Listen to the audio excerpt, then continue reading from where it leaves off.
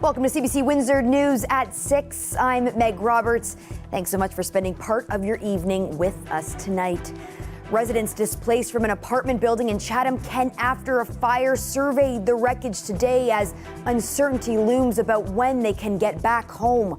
Plus, one of the largest road salt producers in the region is restarting operation, which means 80% of its employees are returning to work. And the Paralympics start tomorrow. We introduce you to two local athletes who are gearing up for competition in Paris. It will be a long wait for more than 120 residents living in an apartment complex in Chatham-Kent to get back home. The building was evacuated after a fire yesterday. Still taking stock of the damage, the municipality says there's no clear answer yet on when or if residents will be able to return. CBC's Jennifer LaGrassa reports. I don't know where I live anymore because I don't have a home. Susan Stoddard feels like she's in a nightmare. She's been living at 99 McNaughton Street in Chatham for 12 years, and now she can't. A fire over the weekend at her apartment building means she and dozens of others are now living out of a hotel. Today, she and other residents waited to go back inside their apartments to get some belongings. For Robert Francis, he was most worried about getting his mom's urn. My mom's ashes are the thing that I need to get right off the bat today out of the apartment. Everything else, I can rebuild my life, but that right now, my mom's ashes are the most important to me. After waiting for a few hours, Francis was able to retrieve the undamaged urn. Matthew Rademacher fit his most essential items into one luggage. He says there was lots of damage inside the building. Most of the ceiling took most of the blow, kind of in pieces, and wire hanging down from the ceiling, and it was a little scary, but a little bit more traumatizing than anything. A spokesperson for Chatham-Kent says 126 people are displaced. 60 of them are staying in nearby hotels like the Holiday Inn. The cost of the damage is still being determined, but there are a few units destroyed by the fire and many others by water. There's no clear answer as to whether people will be allowed to move back in. For now, Chatham-Kent has set up 3 temporary donation drop-offs. They're asking the community to donate clothing, hygiene products, and non-perishable food items. Pet and Wildlife Rescue in Chatham is also looking for cat and dog food donations and cat litter for the animals it's temporarily sheltering. The municipality says people will likely be out of their homes here past September 15th. But it says for as long as this goes on for, people will have housing, and Chatham-Kent is looking at longer-term options. Right now, there's still an investigation ongoing, and the municipality says it still doesn't know at this time what caused the fire. Jennifer LaGrassa, CBC News, Chatham.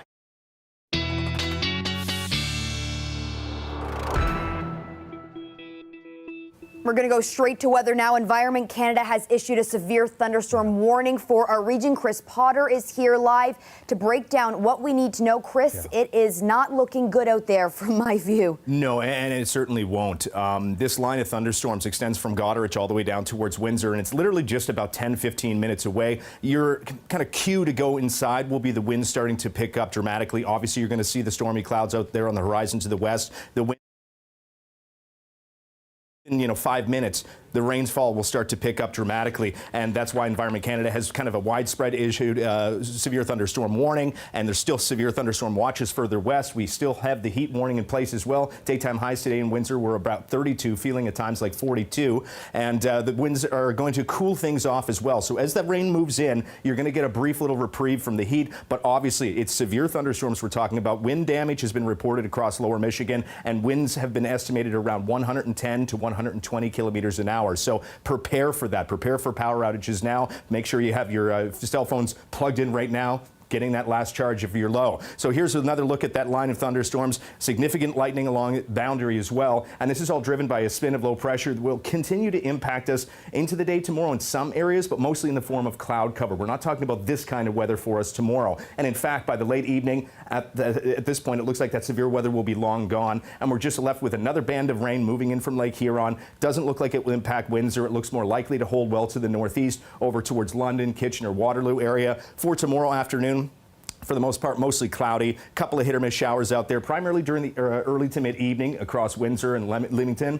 And once we get through Thursday, more of cloud is going to linger across the region with once again a couple of spotty showers. But obviously the big weather story is obviously the heat. That was the big story today, but also the early evening. Be prepared for that severe weather. Temperatures for tonight will kind of hold, not 7 Chatham-Kent. It was supposed to be 19. I apologize, folks. Temperatures for tomorrow will be reduced. Humidity levels will be reduced, but not significantly. It's not really until Thursday that we get a bit of a reprieve from the high heat and humidity if you're not a fan of it. Once again, tomorrow will be mostly cloudy, maybe a couple of showers once again, primarily during the evening. 27 for Thursday. The heat is back for Friday with a high of 31. There will be a great opportunity for showers. At this point, it does not look like thunderstorms are in the mix for Friday, so heavy rainfall at this point not expected. If you have something big or small planned, obviously, I'll update you for tomorrow. For Saturday, temperatures still holding at 29. At times, mostly cloudy. For the most part, a mix of sun and cloud. Once again, a couple of hit or miss showers, but the long weekend continues into Sunday, and for this matter, Monday. And at this point, it looks dry, but that is not going to be the case, Meg. Once again, I would say within 10 minutes, Windsor and Sarnia are starting to get into that severe weather, so be prepared right now. It will improve, though, as we get into the late evening. Well, we're hoping everybody stays safe. Thanks so much for that, Chris. You got it. Windsor Salt is restarting its rock salt operation. The mine was idled for months because of a winter that never got very cold. The CBC's Chris Ensing reports. This is Canada's largest salt mine operation behind me here. It was idled earlier this year, the company blaming a mild winter. Now they say 80% of staff have returned to work with the rock salt production line restarting earlier this month. It's been a turbulent time for people working at Windsor Salt. Union members went on strike in February of last year. That lasted 192 days, ending a year ago this week. Employees went back to work, but winter didn't pack its normal punch in Ontario. Climate change and a global weather pattern called El Nino pushed record highs. Cities across Ontario notched their warmest winters ever, including Toronto and Windsor. Higher temperatures meant Mother Nature dealt with ice the natural way, so cities didn't dig into stockpiles of salt. It's something that Windsor's noticed, using 20% less salt each year since 2021. The soft demand for road salt, according to a company spokesperson, forced them to idle the operation in April. The union declined to comment on this story. The company would not answer questions about why 20% of the workforce has not returned or when they will. Chris Ensing, CBC News, Windsor. Municipalities across the country face challenging infrastructure issues this summer. Flooding in Toronto and water main breaks in Calgary and Montreal. Windsor's new commissioner of infrastructure says the last review of Windsor's system showed most of it's in pretty good shape. Our recent snapshot on the condition of all of that infrastructure as of 2022 was that those assets were in generally a good physical condition. So that basically just means our assets, the majority of our assets there are adequately performing, doing the job they're supposed to do, and they're around at their mid stage of expected service life. Simpson does say that long-term funding is an issue and that there's a $30 to $40 million annual shortfall in what the city needs to invest over the next 10 to 20 years. Underground pipes and sewers, he said, are about 60 years old and are expected to last anywhere from about 80 to 100. Riverside area has a slightly higher risk for problems due to older infrastructure. Simpson says the city continues to work with the provincial government to get grant funding to keep things up. Most health experts agree that Canada, just like other parts of the world, is in the midst of a summer wave of COVID-19, which has many wondering if it's a good time to get a booster shot now or wait for a more updated vaccine rolling out in the fall. Lauren Pelly went looking for some answers. From Olympic athletes to average Canadians, plenty of people have been struck by COVID this summer. If the science center is closed, where's Toronto artist Leela Hewack doesn't want to be one of them. I'm a person who wants to be vaccinated and protected against COVID at all times. She's hoping to get another dose as soon as possible and doesn't want to pass an infection on to her aging parents. I don't feel good about waiting. Health Canada told CBC News it's still reviewing new vaccines from several drug makers. We are aiming to complete the review process by early autumn, a spokesperson said. The most common question by far and away is, should I get my COVID vaccine now? This Toronto doctor is encouraging her patients to wait for those updated shots. Wait for that better matched vaccine, because chances are it's going to reduce hospitalization. American regulators already approved new COVID shots for the fall from both Pfizer and Moderna. They target one of the latest subvariants circulating this year. Even though the vaccines may not be perfectly matched to the variants that are circulation, for high-risk people, it still probably makes sense to get vaccinated. COVID, it continues to be a more dangerous virus than flu. And it's evolving faster than flu too, U.S. health officials said last week. But we have some underlying protection because of prior infection, because of past immunizations. And so the severity of illness has decreased. Still, many experts recommend getting another dose this fall if it's been more than 6 months since your last infection or vaccine. All the data we've ever had for COVID shows that time since last vaccination is the most important thing in predicting if someone's going to get seriously ill or not. Certain groups also remain at a higher risk of severe disease, including people who are immunocompromised, pregnant, or dealing with underlying health conditions, and any older adults age 60 and up. Lauren Pelly, CBC News, Toronto. Two Windsor, Essex County natives are in Paris getting ready for the start of the Paralympics. Matt Debley will compete in his first games, while Mike Whitehead is back for his sixth. The pair will battle it out for Canada in what is known as murder ball. That's how tough wheelchair rugby can get at an international level. Windsor Morning spoke with the two before the start of the games. Sharing the experience with my teammates, is a big highlight for me. Watching guys like Matt and my teammates have a really nice time that's one of the big highlights for me. And then competing at the world stage against the best in the world, no better way to see if your training and hard work has paid off. I'm sort of being an empty page and just letting the experiences kind of happen. I'm excited for finding out what the village is like. I'm excited for spending all of these experiences together with teammates and friends. And I'm really excited to see Paris kind of pull out all the stops for us. I think that's going to be really exciting. And Team Canada has announced its flag bearers for tomorrow's opening ceremony of the Paris Paralympic Games. Champion swimmer Katarina Roxon, who is competing in her 5th Games, and wheelchair basketball star Patrick Anderson, who is in his 6th and final, will lead Canada's parade of Paralympic athletes. Roxon has 1 Paralympic gold and 1 bronze. Anderson has 3 golds and 1 silver. The country's Paralympic team has 126 members. Canada won 21 medals at the last Games in Tokyo. Other local Paralympians include Julia Haynes from LaSalle, who will make her Paralympic debut in athletics, and judo star Priscilla Gagne from Sarnia will represent Canada at a 3rd time.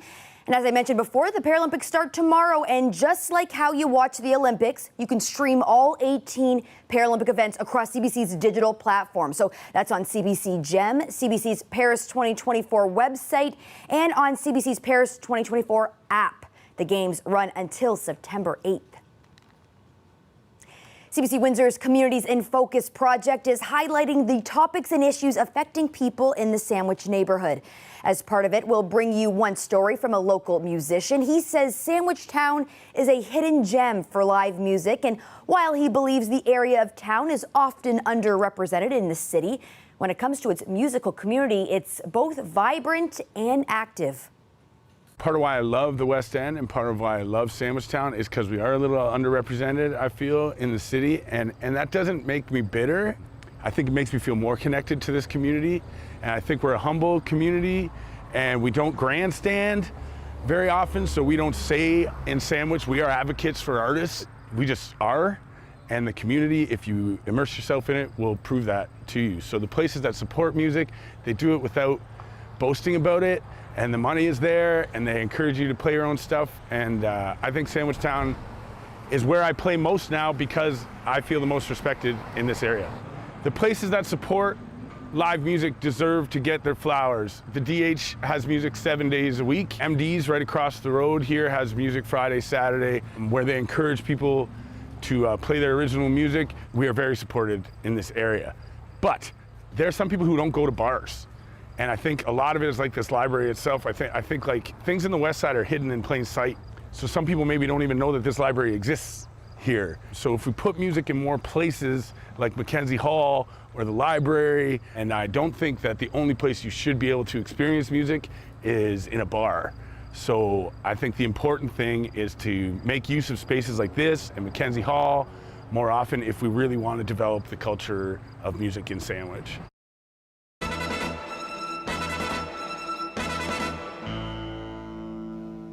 We hear from young people regularly that dating has never been harder, but clearly it wasn't all that easy back in the 80s. In fact, in 1983, a social club in Windsor was created for singles, but the catch was you had to be a certain height in order to enter.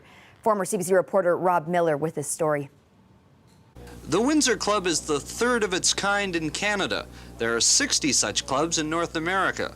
The 30 people who belong to the local club became tired of being the tallest in their groups and tired of the bar scene and blind dates. Coordinator Mike Prevarnik says it's a social group. What's the biggest problem for a tall person? Why do you have to join a group? Well, we don't have a large tall problems. Well, there are tall problems like with clothes and cars that fit properly. But when you're with a group, mainly it seems to be dancing, finding someone who you can dance to respectively. The group's membership requirements are that women be at least 5'10" and men be 6'2", but associate memberships are open to anybody. Rob Miller, CBC News, Windsor. A dark, gloomy look at the tower camera there. If you're going to the Tigers game, it has a weather delay. Now coming up, like it or not, more of us are bagging our own groceries. CBC News has an interesting investigation. Stay tuned.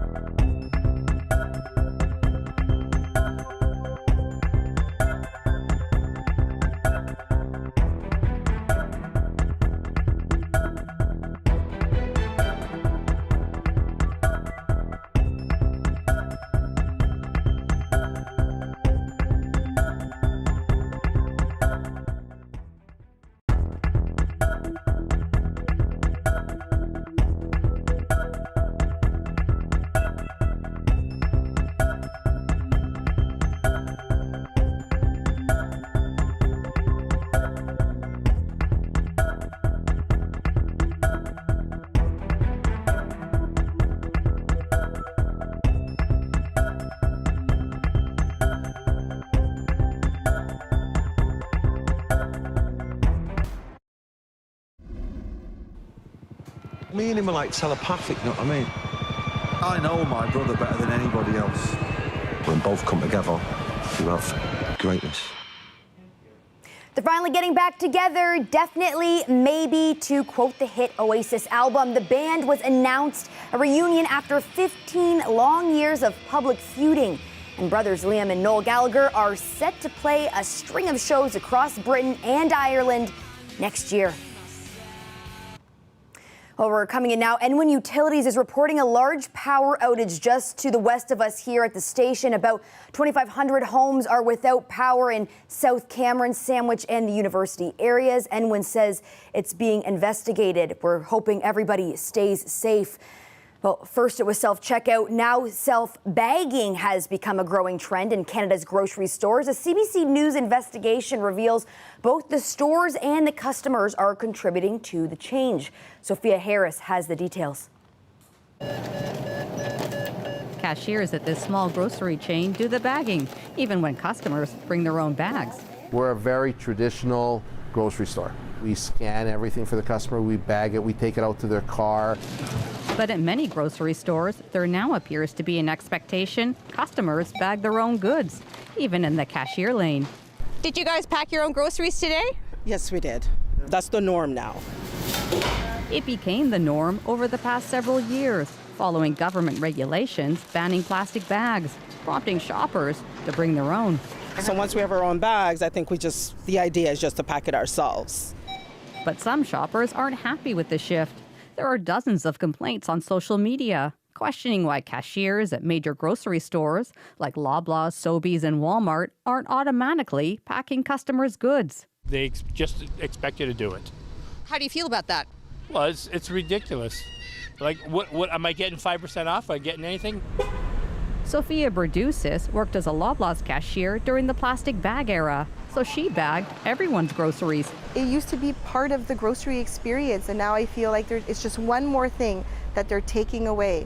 You know, they're raising prices, we're getting less. Sobeys told CBC News its bagging services depend on the store, region, and staffing. Walmart and Loblaws say their cashiers are happy to help with the bagging. But some experts say cashier lineups do move faster when customers do their own bagging, which means grocers can hire less staff. I think we're being trained not to expect bagging, and we've sort of fallen into that trap. Largely, I think this is a labor-based initiative. The real incentive is to get you through as quickly as possible so that we can serve the next customer. So if you want your groceries bagged, choose a store that automatically offers it, or buck the trend by asking for help. Sophia Harris, CBC News, Toronto. A new law in Australia is giving people the right to ignore business calls and emails outside of work hours. More on that coming up.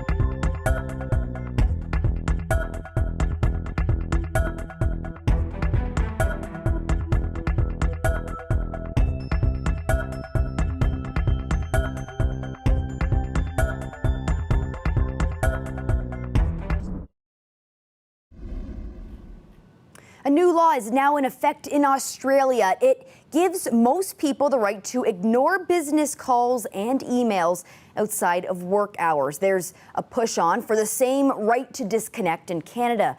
But some experts warn it likely won't make much of a difference. CBC's Angie Seth looks at how it works. The right to disconnect has arrived in Australia. The new law allowing employees to ignore work emails and calls after work hours will apply to all businesses with 15 or more employees. The change was made in an effort to promote work-life balance. When you are disconnected with work, you are kind of disconnected with a lot of stress, anxiety, and all those deadlines and all those kind of things. The law isn't absolute. Employers can still call, and there are some cases that are considered reasonable. Similar rules are in place in more than 20 other countries around the world. This budget is about fairness for every generation. And Canada is looking to get on board, introducing a plan in the last federal budget. Ontario is the only province to give workers the right to disconnect, requiring companies with more than 25 employees to have a written policy. It sounds good, but it's a bit of an empty policy. Enforcement, still an issue according to this labor lawyer. The law doesn't actually tell employers that they have to mandate that employees disconnect between certain periods. So without that level of guidance, employers are free to draft these policies in any way they see fit. Though some say change is coming either way, with younger generations demanding it. You know, it's very clear that the younger workforce wants to establish more clear boundaries between work and outside of work life. And some of those younger workers say employers who don't listen could face consequences. I'm done at 3:30, so for your information, I'm not going to message you back. Even if I see my messages, you're going to be on Do Not Disturb. It should be available as an option, and it's definitely an appealing tactic that employers can use to attract any applicant. Canada's plan is still a ways away, with work to be done to update the labor code. Even then, it'll only affect federally regulated workers, leaving it up to the provinces and territories to make their own call. Angie Seth, CBC News, Toronto. Rare collectibles from the worlds of music and film will be up for auction this coming Saturday. I think one of my favorites is the Ram ring with diamonds on it. This was Elvis's ring that he gifted to one of his backup singers from How Great Thou Art. The sale includes 2 unique gold rings owned by Elvis Presley. The Presley memorabilia also features a microphone from his Las Vegas residency and a pill bottle marked March 1977, the year of his death. Another highlight is a handwritten letter by the Beach Boys' Brian Wilson to bandmate and cousin Mike Love. Well, that's it for CBC Windsor News. Don't forget, for news anytime, you can go to our website at cbc.ca/Windsor. There's a look out the tower camera. Once again, we're asking people to be responsible and stay safe. That storm is strong. Thank you so much for tuning in. Looking forward to seeing you back here tomorrow night.